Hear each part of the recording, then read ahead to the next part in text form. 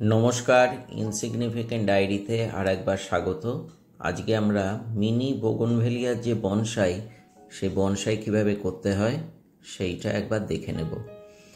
এই গাছটা যখন আমরা তৈরি করছিলাম সেই সময় সাধারণ যে প্লাস্টিকের যে কৌটোগুলো পাওয়া যায়, অর্থাৎ বিভিন্ন যে খাবার আসে সেই রকম একটা ছোট্ট মিনি কৌটোকে তলার দিকেতে ছিদ্র করে নেওয়া হয়েছিল এবং ছিদ্র করে নেওয়ার পর এইখানে মিডিয়াম, তার মধ্যে বালি, কাঁকড় এই দিয়ে এই মিডিয়াটা তৈরি করে বোগনভেলিয়ার মিনি ভ্যারাইটির ডালকে পুঁতে দেওয়া হয়েছিল।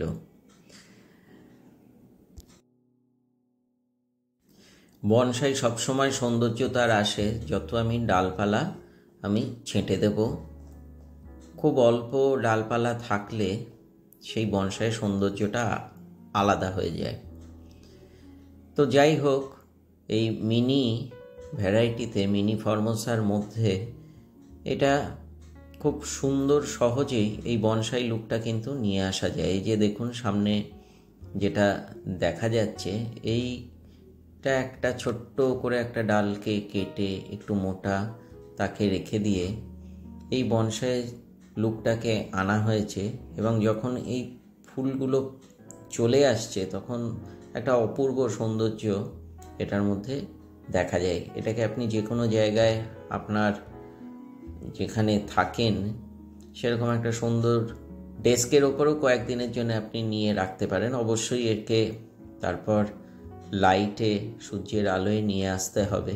কিন্তু এর সৌন্দর্যটাকে উপভোগ করার জন্য এই মিনি যে বনসাই, তার সৌন্দর্য উপভোগ করার জন্য একে আপনি বেশ একটা ছোটোখাটো জায়গার মধ্যে রাখলেন, একটা কোনায়, একটা টেবিলে।